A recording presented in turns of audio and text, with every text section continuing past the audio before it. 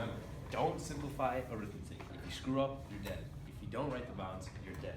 If you don't write dx, you're dead. If you don't label the extrema, you're dead. So, to not die?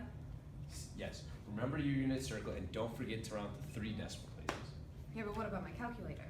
Write down everything you do and just don't be stupid.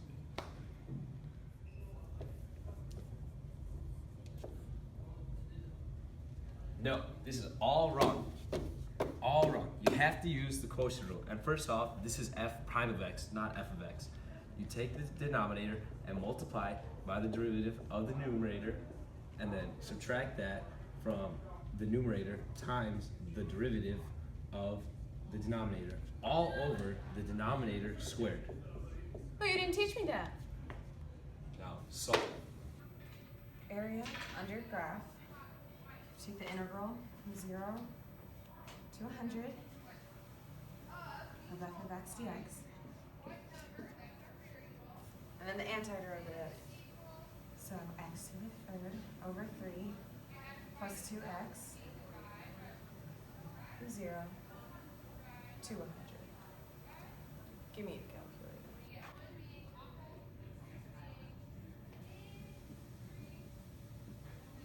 Three decimal places. 0 to 100. Real quick. Whoa. You're right. How do I take an integral of a problem? Oh wait, it's the antiderivative. The antiderivative of 3x is, oh what is it? 3x squared over 2? That's it. Wrong.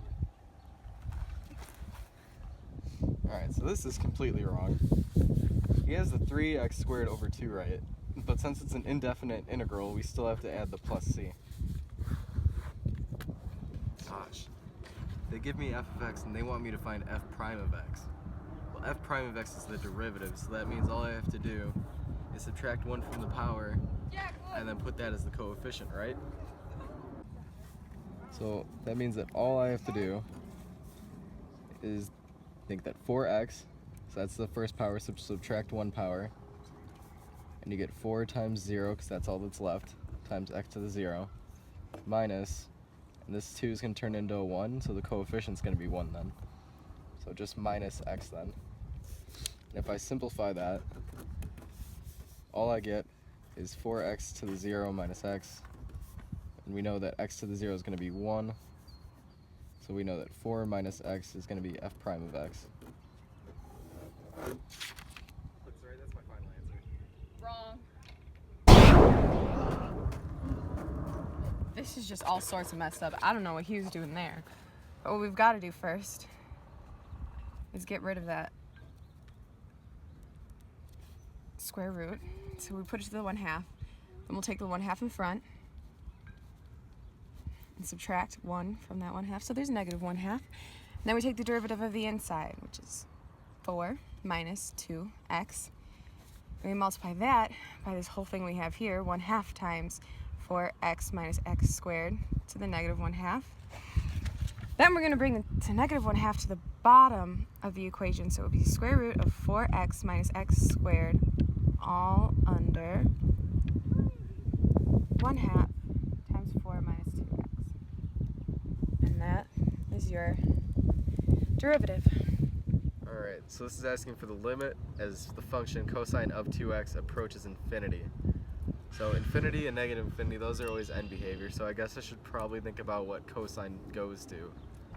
Well, it's got to go to 0 because that's always on the range of 0 to 2 pi, so I guess that's right. Cosine always starts at 1, so that's what the cosine of 0 is.